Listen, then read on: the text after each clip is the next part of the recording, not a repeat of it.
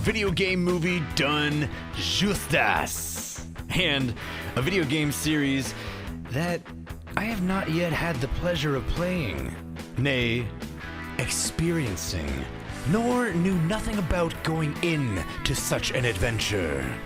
But, hell, have I ever been inspired to? And they are fun. The movie was a great catalyst in showing my PlayStation some love again. Oh baby, it's been so long. Did you miss me? Since I haven't played the games prior to viewing, this won't be kin to my other reviews in where I have, or pretend to have knowledge and fandom to the base material. Too much. I can tell you that it has been in development since 2008 until it landed in Zombieland and Venom director Ruben Fleischer's hands in 2020. Yeah, I can Wikipedia.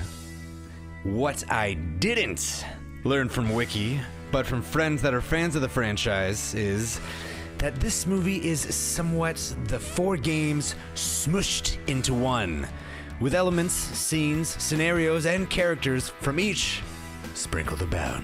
A question that I haven't had answered yet that maybe you can help out with. What's with the lighter? It somewhat became a character of its own. Is it from the games too? Let me know in the comments and all that jazz. Yeah. A segue. Jazz. Right. The music. What an exciting soundtrack composer Ramin Djawadi slapped onto this flick. The music aided with the fun, anxiety building, and epic moments. I'm just wikiing again, aren't I? Fine. I'll try and be original and just sum it up like this then. Uncharted 2022 is a fun, funny, thrilling, irrational treasure hunt with literal backstabbing and double crossing with literal double crosses.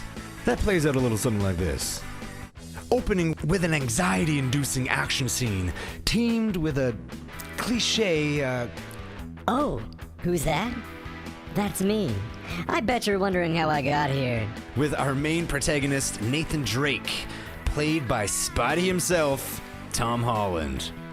Yes, everyone agrees that it's hard not to see Holland as Peter Parkour here. Or, I guess in any future roles of his probably. But I have a whole section devoted to that coming up. In the meantime, little Nate gets separated from his older brother Sam after getting caught in a museum heist gone wrong, a la trying to steal a treasure map. Sam promises he'll return for Nate someday. 15 years later, Nate is bartending in NYC, making a side living off pickpocketing until he's discovered by Marky Mark's Mark Wahlberg's character, Sully. Sully tells Nate that he has been working with his brother, tracking a treasure, and that Sam has disappeared. Nate is inspired to help track down this treasure, but mainly his brother. But they and Wheel need some action and heist before that happens, so they set off to a black market auction in order to steal one of the aforementioned crosses. Also coming across, Antonio Banderas' villainous Santiago Mancada and his thug, Braddock. Exciting. Excitement and action comes about, leading them to Barcelona, where more treasure happens to be, along with crossing paths with Chloe, a contact of Sully's who has another cross they need. Cross this, cross that. Characters who you didn't trust turn out to be untrustworthy. Oh, we don't know. And more exciting scenarios and cameos are to be had. You can trust me when I say exciting is an understatement. I checked out some reviews before viewing, and mostly are mainly stating that Holland's casting and portrayal was the wrong choice for Nathan Drake. And after, at the time of this recording, playing some of Uncharted 4, I somewhat agree. Why didn't they just cast Wahlberg as him instead? Well, believe it or not, Wahlberg was initially cast and meant to play Drake. Yeah, with Tom Holland being cast in 2017. Tom's boyish charm did lead to Drake's character being super fun and likable though, with his accent popping out at times, With all the luck and physics-defying moves, he's essentially a skillful Jack Sparrow, and is even called such at one point. Pirates, flying pirate ships, Disney. Can you get on casting Tom Holland as a live-action Peter Pan already? Think about it. It's perfect. He has great chemistry with Mark, with both of them having their own entertaining personalities.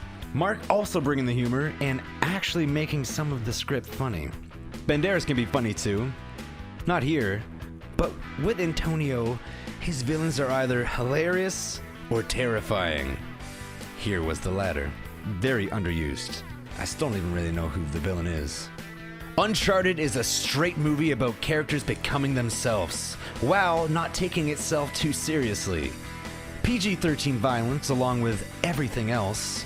The movie is its own world, with cherry picks, callbacks, and fan service to the games. Loads of cheese, fun self-awareness, and serious Indiana tones. You'll have a great time. I sure did. Which is why I diagnose Uncharted with a 7.5 out of 10. I am so game for a sequel. Oh baby, I know, I just have to... Calm down, not in front of... Come, dear.